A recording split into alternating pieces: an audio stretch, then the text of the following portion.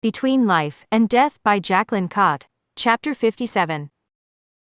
In the flesh, he beamed. I took one good, hard look at him before throwing myself into him, tossing my arms around his neck, and nearly knocking him back onto the floor. His sturdy arms folded around me. Our bodies trembled like two little leaves, the last one standing just before the kiss of winter knocked us free. How long we stayed like that, just hugging each other, I didn't know. Time simply slowed. And when we were ready, slowly, we pulled back at the same time. Our hands remained locked on each other's shoulders, both of us unwilling to let go. He reached up, drying my tears. "Quit your crying, silly." His hand not so sneakily dabbed away his own. "I can't," I said, staring at him. I didn't dare to blink, worried that a single blink might cause him to disappear. I shook my head. "How are you here?" Caleb swallowed.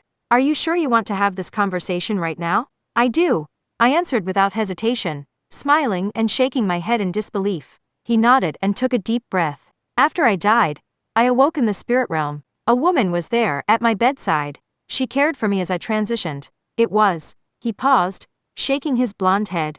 "Not a fun process. I felt sick all the time. I couldn't keep anything down. She said it was because I had left loved ones in the living realm, that I was tethered to them, and felt like I still needed to be around for them. She wasn't wrong. From the day the soldiers took me, all I could think about was getting back to you and Ezra." He stopped, squeezing my hand. I understood that need deeply. It was the primary driving factor in everything I had done over the past weeks. All I wanted was our family to be restored. Of course, Caleb yearned for the same thing.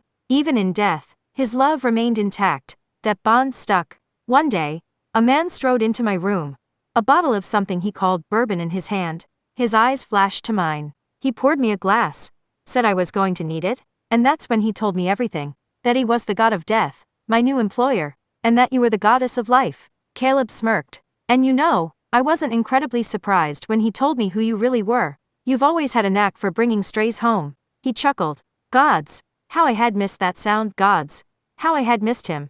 And yet, this moment was bittersweet, because behind the scenes, Vaughn had been meeting with Caleb, offering him friendship and a connection to me. I knew why he did it. He did it for me. And the knowledge of that made it feel that much harder to breathe now that he was gone. Whenever you went to the cleansings, you'd get this expression on your face. It's one thing to watch someone die, but I could just tell it hit you different. Where people would go home and forget the cleansing in a few days, you carried them around with you, like a weight on your shoulders. Like each death was a burden you had to carry. Caleb paused, his voice soft. "I think that's why I felt like I needed to look after you. Because maybe, deep down, I sensed what you were." He moved from his kneeling position, and sat down on the bed beside me, his shoulder touching mine. "Regardless of who you are, one thing will never change. You will always be my little sister." His words were the finishing nail to my already bleeding heart. I shoved him playfully to the side before I wiped away a few more tears. "Get out of here with that," he laughed, nudging his shoulder against mine. I chuckled softly, although the smile did not meet my eyes. Even though I wanted to revel in this moment, to feel the joy of being reunited with Caleb, I could not. At least, not completely. I was broken inside, and it was all because of Vaughn. He'd done as he said. He'd staked his claim on my flesh, and left his brand upon my soul. And without him, well, nothing would ever feel right again. Caleb cleared his throat. "I'm a reaper now." "A what now?" "A reaper," I repeated, tasting the word on my tongue. "As in carries a scythe, wears a black robe, and collects souls." "Reaper? Like the one from those books we used to read?" Caleb snorted. "Not quite. Those books said there was only one reaper. But in fact, there are hundreds of us. Also, I don't carry a scythe, and I don't wear a black robe, but I do collect souls." "Putting two and two together," I asked, "is that what the marbles are?" "Sage, that's terrible. Those aren't marbles, those are people's freshly departed souls." Caleb side-eyed me, reminding me he had been a bird not so long ago, reminding me of the not-so-great landing he'd performed. His feathers were still scattered on the floor. Yet another reminder of Vaughn. I pushed away the thought, focusing on Caleb. "I don't know how I would feel about you transporting my soul." I chuckled softly, taking a long overdue jab at him. "I saw how you flew in here." I clicked my tongue, shaking my head.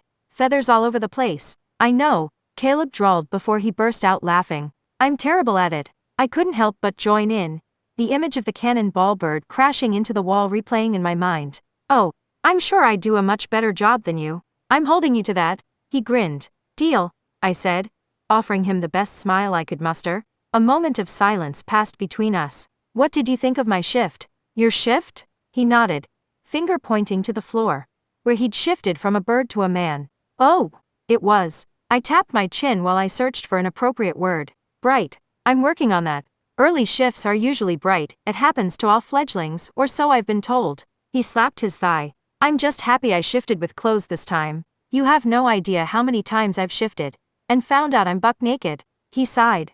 Val has been working with me on shifting, although, he grinned mischievously. She told me she didn't mind the view. I'm so happy you think I'm one of your male friends. Thanks for sharing that last bit of information, I said sarcastically. You're welcome, he teased, performing a single salute of a nod. I rolled my eyes with extra emphasis, just so he could see. My brow darted up.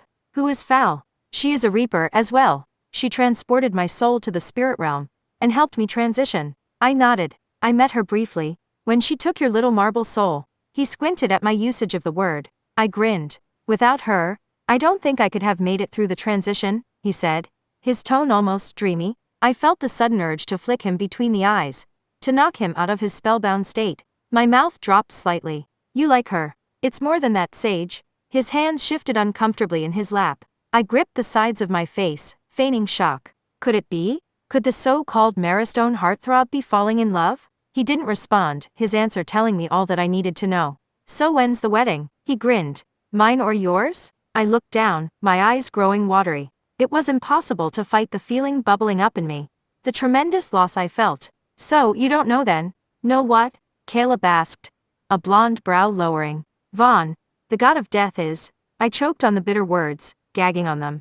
They were stuck in my throat, clogging it up, taking my ability to breathe away. I had not been able to put those words together. I feared that once I did, that once I spoke them aloud, there would be no coming back. It would be the final thread that led to my unraveling. So for now, I couldn't say them.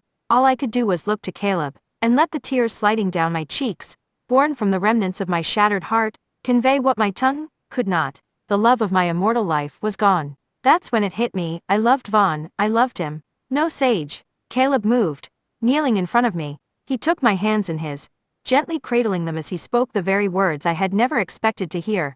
Vaughn is alive. That sneaky bastard.